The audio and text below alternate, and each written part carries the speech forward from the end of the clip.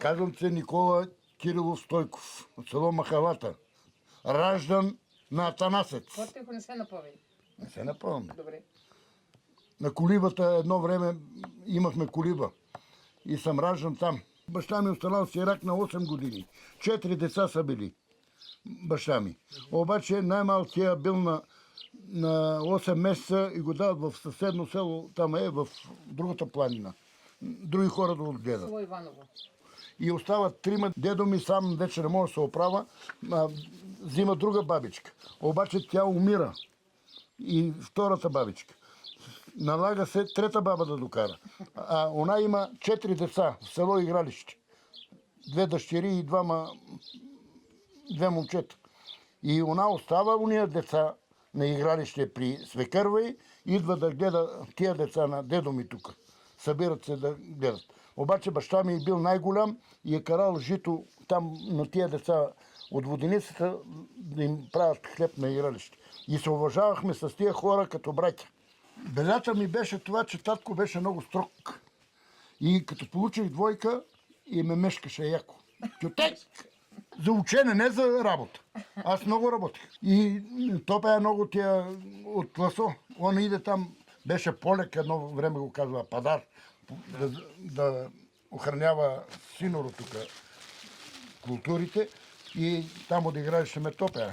Вика, Колопа има двойка. И бащата дойде и дай бележник. Викам, нема го. Лажеш, ама нема лъжа, майка. Само за това съм ял като дете. Аз като готвач, обаче, нали, знаеш, където има храна, всичко там ходи. Бех в един стол в телефонни части едно време в Сандански и моята съпруга беше много млада и много хубавичка.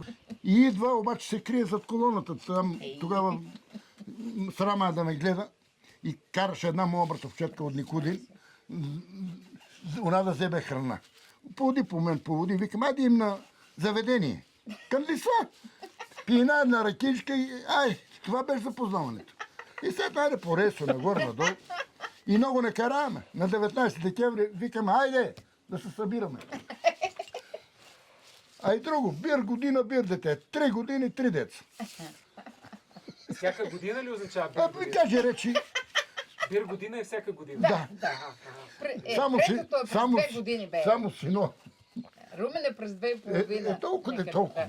Абе, не пази млекото, това е лошо.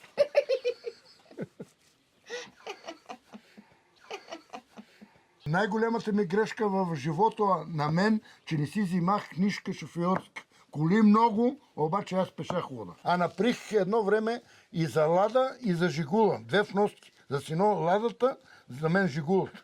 Обаче се върна в Сандански, бихме, не ми трябва кола. Тук близо. Накрая пеше. Разчитаме, децата те пораснат, така те, онака те. Накрая си изложих. Аз сега се моля други да ме возят. На всеко куче си му мило, дек се е родило. Сега ремонт се направиме, всичко ни отдо, защо да не се върна. В Сандански живея на Спартак в панелите, в апартамент. Обаче цял ден да гледаш през терасата, кой минава и къде отива и на калфан да чекаш на готово. Ето и картофти си изкарваме, и фасулче. Всичко не сме закъсали за нищо. Само едно си пожелавам, като хода, и на един път да не се говори. Не се говори, ама това е най-точната такова. Да не ме мачи Господ. Мисля, че съм направил всичко хубаво.